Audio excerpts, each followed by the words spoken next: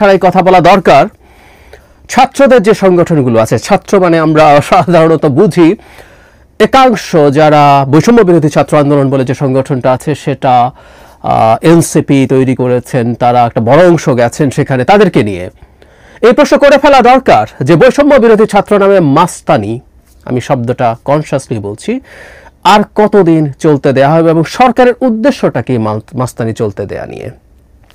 গতকাল একটা খবর আমাদের অনেকের চোখে পড়েছে, হয়তো বৈষম্য বিরোধী ছাত্র নাম দিয়ে কয়েকজন একটা বাড়িতে ঘেরাও করতে গেছেন, একটা বাড়ি ঘেরাও করতে গেছেন। সেখানে কিছু কথোপকথন, একটা ভিডিও আছে, সেই ভিডিওর কন্টেন্টটা আমি প্রথম আলো থেকে পড়ছি। সেখানে এরকম, ধানমন্ডি থানার ওসির উদ্দেশ্যে এক তরুণ বলেন, আপনি কেন এইখানে কথা বলতেছেন এইভাবে। খেয়াল করুন, একজন বৈষম্য বিরোধী, যাদের কথা বলছি তাদের পরিচয় আছে, আমি আরেকটা জায়গায় পেলাম, তারা পদধারী নেতা। তিনি বলছেন, আপনি কেন এখানে কথা বলতেছেন এইভাবে, আপনি ওসি, আপনি গ্রেফতার করলেন না কেন? আমি বলছি আপনি গ্রেফতার করেন। মানে মবের মুল্লুক, বা আমরা হাসিনার সময় মগের মুল্লুক বলতাম, এটা মবের মুল্লুক। ওসিকে বলছেন আপনি গ্রেফতার করেন, উনি বলছেন, ওসি বলছেন এটা ভিডিওর কন্টেন্ট, সো ইটস ট্রু, ওনার নামে মামলা নেই। তরুণ বললেন, মামলা আমি করব, আপনি গ্রেফতার করেন। ওসি জবাব দেন, আমার সিনিয়র বলেছে মামলা না থাকলে গ্রেফতার করা যাবে না। তখন তরুণদের উদ্দেশ্যে সিন ক্রিয়েট করতে না করেন, তারপর তাকে বারবার চাপ দিচ্ছেন এবং বলছিল ওসিকে যে ওসি টাকা খেয়েছে। তারপর তাদেরকে ধরে নিয়ে যাওয়া হয় থানায়। এরপর যেটা দাঁড়ালো সেটা হচ্ছে তাদেরকে হেফাজতে নেওয়া হয়েছে, মানে গ্রেফতার এই শব্দটা আসলে আর বলার সাহসও এখন আর পুলিশের নাই। পরে যেটা জানা গেল যে তাদেরকে বিভিন্ন রকম আলটিমেটাম দিচ্ছেন, অনেকে থানায় এসছে, থানায় এসে সেখানে অবস্থান করছে, থানা ঘেরাওয়ের মতো অবস্থান। পরবর্তীতে বৈষম্য বিরোধী ছাত্র আন্দোলনের জ্যেষ্ঠ যুগ্ম সমন্বয়ক আব্দুল হান্নান মাসুদের জিম্মায় তাদেরকে ছেড়ে দেওয়া হয়েছে। শেষে হান্নান মাসুদ গেছেন, তাদেরকে নিয়ে যেতে তিনজন হলেন, ছাড়া পাওয়া তিনজন পটুয়াখালী পলিটেকনিক ইনস্টিটিউটের শিক্ষার্থী ও বৈষম্য বিরোধী ছাত্র আন্দোলনের মোহাম্মদপুর থানার আহ্বায়ক সাইফুল ইসলাম রাব্বি, ফারহান সরকার দিনা নামে আরেকজন, সংগঠনটি ঢাকা মহানগরের যুগ্ম আহ্বায়ক, তিনি একটি বেসরকারি বিশ্ববিদ্যালয়ের আইন বিভাগে পড়েন, আরেকজন মোহাম্মদুল্লাহ জিসান মোহাম্মদপুর কেন্দ্রীয় কলেজের শিক্ষার্থী, তিনি এই ছাত্র আন্দোলনের কর্মী, পুলিশের ট্রাফিক বিভাগের সহায়ক হিসাবে কাজ করেন। মানে তারা হক্কানি পাবলিশার্স, এরা মুক্তিযুদ্ধের দলিলপত্র বা সরকারি আরো বেশ কিছু কাজ সম্ভবত পেয়েছে। মুজিবকে নিয়ে সিক্রেট ডকুমেন্টস, মুজিবকে নিয়ে যেগুলো আছে গোয়েন্দা ডকুমেন্টস, এবং আমরা ধারণা করতে পারি যে এই লোক আওয়ামী লীগের সাথে অ্যালাইন্ড এবং বেনিফিশিয়ারি না হলে এই কাজ হওয়ার কথা না। সে বেনিফিশিয়ারি তো বটে এবং সে অ্যালাইন্ড বলে বেনিফিশিয়ারি হতে পেরেছে, এটা নিয়েও আমি মোটামুটি সন্দেহ করি না। তার বিরুদ্ধে অভিযোগ থাকতে পারে, সমস্যা হচ্ছে জেনুইনলি অভিযোগ ছিল কিনা।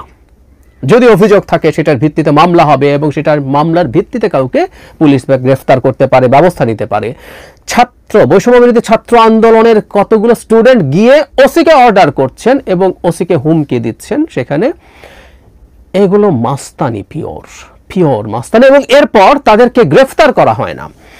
অনেক রকম অভিযোগে তাদেরকে গ্রেফতার করা যেতে পারতো। ওখানে যাওয়া নিয়ে পুলিশ একটা খুব কমন মামলা দেয়, আমরা দেখি সরকারি কাজে বাধা সৃষ্টি, পুলিশকে বাধা দিলে। এখানে যে ভিডিও আমাদের সামনে আছে, খুবই জেনুইনলি বোঝা যায় যে পুলিশকে তারা হুমকি দিয়েছেন, পুলিশের কাজে বাধা দিয়েছেন, মানে তিনি মাস্তানি করবেন, তাকে গ্রেফতার করতে হবে, না করলে তারা পুলিশকে দেখে নিচ্ছেন। থানায় লোকজন গেছে, থানায় গিয়ে থানা ঘেরাওয়ের মতো পরিস্থিতি তৈরি করেছে, অবস্থান করেছে, এবং যারা হান্নান মাসুদ তাদেরকে ছাড়িয়ে তার জিম্মায় মুচলেকা দিয়ে ছেড়ে দেওয়া হয়েছে। খুবই ফানি না? এই মাস্তানি সরকার চলতে কেন দিচ্ছে? এবং আমরা এই প্রশ্ন করি, আসলে কতদিন দেবেন?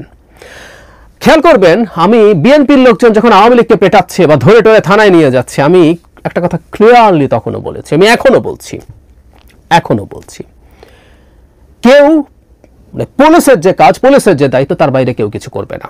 আওয়ামী লীগ লাঠি সোটা নিয়ে বসে থাকতো, যখন বিএনপি আগে সমাবেশ করতো, বলতো যে আমরা আইন শৃঙ্খলা রক্ষা করব, বহুবার বলেছি, ভাই আপনারা পুলিশ, আপনাদেরকে দায়িত্ব কে দিয়েছে আপনাদেরকে?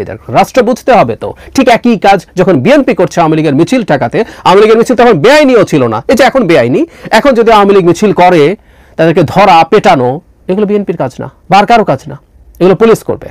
পুলিশকে সর্বোচ্চ কেউ খবর দিতে পারে, বৈষম্য বিরোধী ছাত্ররা কেউ খবর দিতে পারে যে এই লোকের বিরুদ্ধে মামলা আছে, একে এখানে আমরা দেখেছি, এই তথ্য কেউ চাইলে দিতে পারে একজন সচেতন নাগরিক হিসাবে। তারা গ্রেফতার করতে যাবেন, তারা ধরতে যাবেন, তারপর পুলিশ এসে সেটা বাধা দিলে পুলিশকে নিয়ে তারা যা তা করবেন এবং এরপরও তাদের কিছু হবে না। বৈষম্য বিরোধী ছাত্র আন্দোলন পুলিশ তারা এসব করছে কেন? এটা মাস্তানি, এটা পিওর মাস্তানি, পিওর মাস্তানি। এই সংগঠনের লোকজন আন্দোলন করেছে শেখ হাসিনার বিরুদ্ধে, অনেকেই করেছে, অনেকে করেছে। আর কেউ একবার আন্দোলন করলেও, অনেক কিছু করলেও সেখানে মাথা কিনে ফেলে না। আমরা মাথা বেঁচে দেই না, দেব না, কোনোভাবেই না।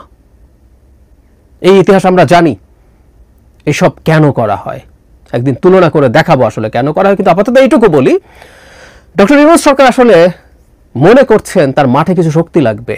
তারা ইসলামিক এক্সট্রিমিস্টদেরকেও বাধা দেন না। কোনো একদিন যদি প্রয়োজন হয়, বিএনপি যদি নির্বাচনের দাবিতে মাঠে নামে, তার বিরুদ্ধে লেলিয়ে দিতে হবে। এদের মধ্যেও যে কতজন আছে এদেরকেও লেলিয়ে দিতে হবে, তাই হাতে রাখছেন। তারা বিভিন্ন জায়গায় কি কি করে বেড়ায়, বহুদিন বহু কিছু বহুভাবে জেনেও বলি না। ওদের প্রতি স্নেহ আছে, ভালোবাসা আছে। আমি বাকি তিনজনকে চিনি না, হান্নানকে চিনি, হান্নানের সাথে টক শোতে দেখা হয়, স্নেহ করি ওদের সবাইকে। মানে হান্নানকে তো যখন অনেকে আটকা পড়ে যাচ্ছে, একজনের পর একজন হঠাৎ করে বেরোচ্ছে আর আন্দোলন এগিয়ে নেওয়ার ডাক দিচ্ছে, আমাদের হান্নান সেখানেও ছিল। হান্নানকে আমরা ওই সময়গুলোতে ফোকাস দেখেছি। কিন্তু হান্নানদেরকে বুঝতে হবে, হান্নান ওই সংগঠনের মুখ্য সংগঠক, হান্নানকে বুঝতে হবে কোথায় তাদের সীমারেখা টানতে হবে। ওই শ্রদ্ধার জায়গা তারাই যেন নষ্ট না করে ফেলেন। কিন্তু এটা করছেন, এটা সরকারও যদি চায় তাদের এটা বুঝতে হবে, তারা যেন ব্যবহৃত না হন। এই মাস্তানি বন্ধ হবে বলে আমি মনে করি না। ওই যে বললাম কারণ সরকারের একটা অংশ আছে, তারা একটা ফোর্স মাঠে রেডি করার চেষ্টা করছেন, যেটা দিয়ে বিএনপির সাথে সংঘাত বাঁধিয়ে দেবেন, এটা মোটামুটি নিশ্চিত।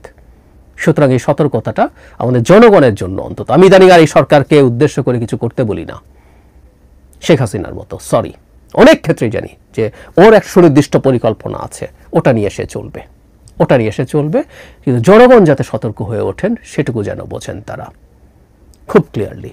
নানান রকম ইন্টারপ্রিটেশন হতে পারে। দালালদেরকে আওয়ামী লীগের দালাল, হ্যাঁ, হাক্কানি পাবলিশার্সের এই মালিক আওয়ামী লীগের দালাল, আমি এটা মোটামুটি নিশ্চিতভাবেই ধারণা করতে পারি, বলতে পারি। বেনিফিট নিয়েছেন, এখন বেনিফিট কি লিগাল পথে লোক আটকাবেন কিভাবে? নাকি দালাল বলে টাকা খাওয়ার চেষ্টা করা কেউ করতে, আমি বলছি না এনারা করছেন, অনেক দালালের কাছ থেকে চাপ দিয়ে টাকা বের করা হয়েছে, জানি তো। এটা কি সেরকম চেষ্টা? উনি দিতে রাজি হন নাই বলে তার উপরে হুমকি হামলা? নানান ইন্টারপ্রিটেশন হতে পারে। আর আবারও বলছি, যদি উনি এটা হয়ে থাকেন, এটা যদি ভ্যালিড গ্রাউন্ড থাকে, তারা পুলিশের কাছে যেতে পারেন। যে পুলিশ তাদেরকে গ্রেফতার করে রাখতে পারে না, তারা গিয়ে পুলিশকে বললে পুলিশ কথা শুনবে না? শুনবে। তারা মামলা করুক, মামলা দিক, সেই মামলার ভিত্তিতে পুলিশ অ্যাকশন নিক। বর্তমান বাংলাদেশে এগুলো একেবারেই নতুন কিছু না। শেখ হাসিনা পতন এবং পালিয়ে যাওয়ার পর হত্যাকারী চারদিকে, সবার বিরুদ্ধে হত্যা মামলা। আওয়ামী লীগের সাথে থাকা কোনো না কোনোভাবে অ্যালাইন্ড লোকজন, মোটা দাগে সবাই আসলে অপরাধী, আমার কাছে তাই মনে হয়। সুতরাং নানান অপরাধে অনেকে অ্যাকিউজ করা যায়, অভিযোগ আনা যায়, বাকিটা আদালত দেখবে। কিন্তু সবাইকে গণহারে হত্যা মামলা। আরেকটা নজির দেখলাম, নুসরাত ফারিয়া গ্রেফতার হওয়ার পর থেকে নানামুখী আলোচনা চলছে, ফান চলছে। এরকম একটা ফান দেখলাম, কেউ কেউ বলছেন শেখ হাসিনাকে যেহেতু গ্রেফতার করা যাচ্ছে না, তাই শেখ হাসিনার চরিত্রে অভিনয় করা, মুজিবকে নিয়ে যে সিনেমা হয়েছে সেই ফারিয়াকে ধরে সেটার শখ মেটানো হলো, ইত্যাদি ইত্যাদি। পাল্টা প্রশ্ন করছেন, শেখ হাসিনার কে যদি চরিত্রে অভিনয় করাকে যদি গ্রেফতার করা হয়, আরও অনেক শিল্পী আছেন যারা ওই সিনেমায় অভিনয় করেছেন, দেশে আছেন, বহাল তবিয়তে আছেন, তাহলে তাকে গ্রেফতার করা হচ্ছে না কেন?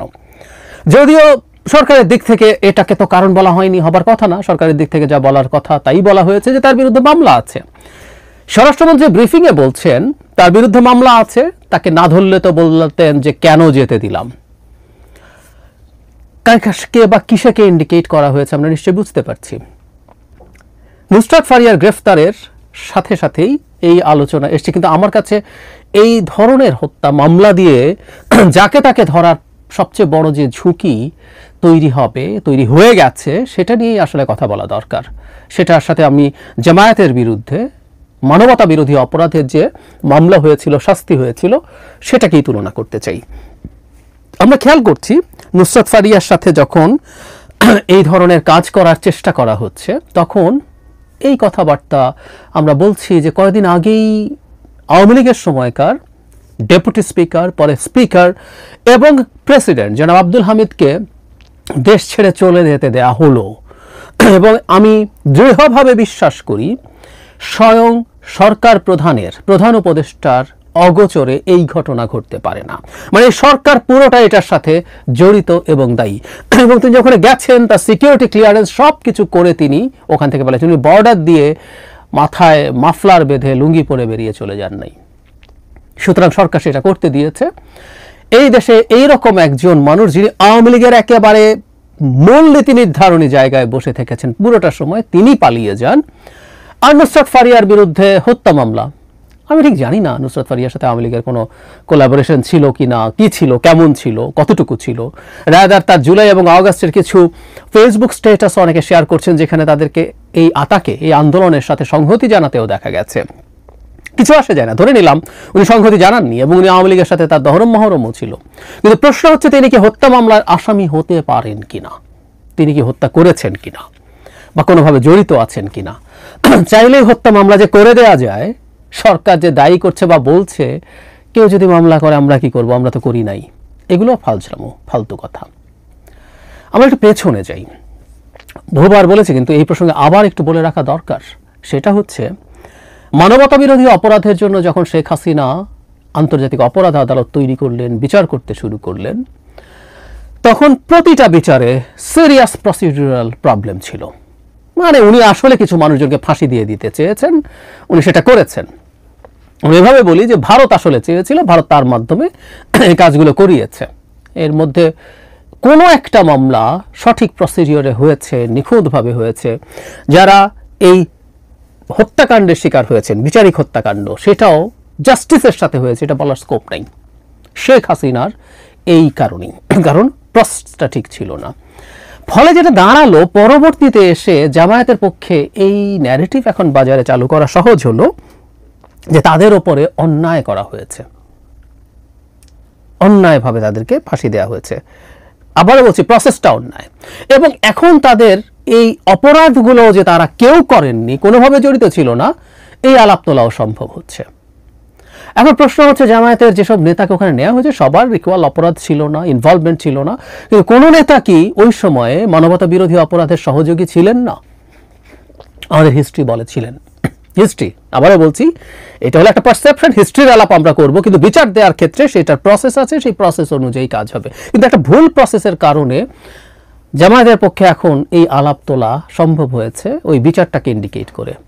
ঠিক একই রকম ঘটনা, একই রকম ঝুঁকি আমি দেখছি আওয়ামী লীগের যখন অপরাধের বিচার করতে যাব। আওয়ামী লীগের নানান রকম অপরাধ আছে, দুর্নীতি আছে, প্রতিপক্ষের উপরে হামলা আছে, খুন করেনি কিন্তু পিটিয়েছে, আছে চাঁদাবাজি আছে, সরকারি জায়গায় দুর্নীতি, নানান কিছু প্রত্যেকে নানানভাবে অ্যাকিউজ করা যায়। কিন্তু প্রত্যেককে হত্যা মামলা দেওয়ার মাধ্যমে ওই অপরাধগুলো আসলে খেলো হয়ে পড়লো। দিনের শেষে দেখা যাবে এই মামলাগুলো আদালতে টিকবে না। এবং আমরাও চাই না বর্তমান বাংলাদেশে আদালত কোনো রকম কোনো মিথ্যা মামলাকে এন্টারটেইন করুক। তো এগুলো যদি খারিজ হতে থাকে কোনো একদিন, আমরা তো মনে করি ইতিহাস আজই শেষ হয়ে যাচ্ছে, না, ইতিহাস আজই শেষ হয়ে যাচ্ছে না। কোনো একদিন আওয়ামী লীগ এই প্রশ্নগুলো তুলবে যে আমরা তো কোনো অপরাধ করি, দেখো আদালতে গিয়েছিলাম কিন্তু কোনো কিছু তো প্রমাণ করা যায়নি। সমস্যা হচ্ছে যেগুলো প্রমাণ করা যেত সেই জিনিসগুলো নিয়ে যথেষ্ট গুরুত্বের সাথে কাজ করে সেই মামলাগুলো করা হয়নি, ফাজলামো করা হয়েছে হত্যা মামলা দেওয়ার নামে। বোধ করি হত্যা মামলা দিলে জামিন ডিনাই করা যায় এবং জামিন ডিনাই করে একটা মানুষকে জেলে আটকে রাখা যায়। এই সরকারের এটাই কৌশল। মানে হত্যা মামলা দিলেই নিতে হবে কেন? কোনো পাবলিক যদি দিতে চায় যে একটা মামলায়, সেটা নিতে হবে কেন? মামলা নেয়, আমি আপনি যে কারো বিরুদ্ধে গিয়ে হত্যা মামলা করে দিতে পারি, থানায় গিয়ে পারি না। আর এই যে স্বরাষ্ট্রমন্ত্রী বললেন যে গ্রেফতার না করলে তো বলতেন ইত্যাদি ইত্যাদি, আমরা জানি সরকারের দিক থেকে একটা নির্দেশনা দেওয়া হয়েছে এরকম যে এসব মামলায়ও তদন্ত শেষ হওয়ার আগে গ্রেফতার না করতে। That's fine. তো নুসরাত ফারিয়া বিদেশে যেতে চেয়েছেন, আপনি যদি মনে করেন মামলা আছে তাকে যেতে দেবেন না, কাগজে কলমে ধরে নিলাম। আবার স্মরণ করি, হামিদের বিরুদ্ধে কিন্তু একই রকম মামলা ছিল।